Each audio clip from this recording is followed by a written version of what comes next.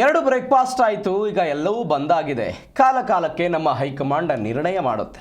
ಹೀಗಂತ ಬೆಂಗಳೂರಲ್ಲಿ ಸಚಿವ ಎಂ.ಬಿ. ಪಾಟೀಲ್ ಹೇಳಿಕೆ ಕೊಟ್ಟಿದ್ದಾರೆ. ಸಿಎಂ ಡಿ.ಸಿ.ಎಂ ಒಂದಾಗಿದ್ದಾರೆ.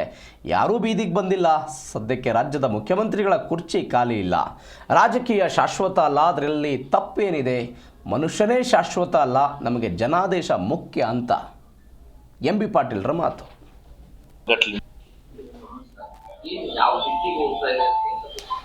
ನೋಡಿ, ನಾನು ಸುಮ್ಮನೆ ನಿಮ್ಗೆ ಗೊತ್ತಿದೆ, ಏನೋ ಬ್ರೇಕ್ಫಾಸ್ಟ್ ಆದ್ಮೇಲೆ ಬಂದಾಗಬೇಕಲ್ಲ.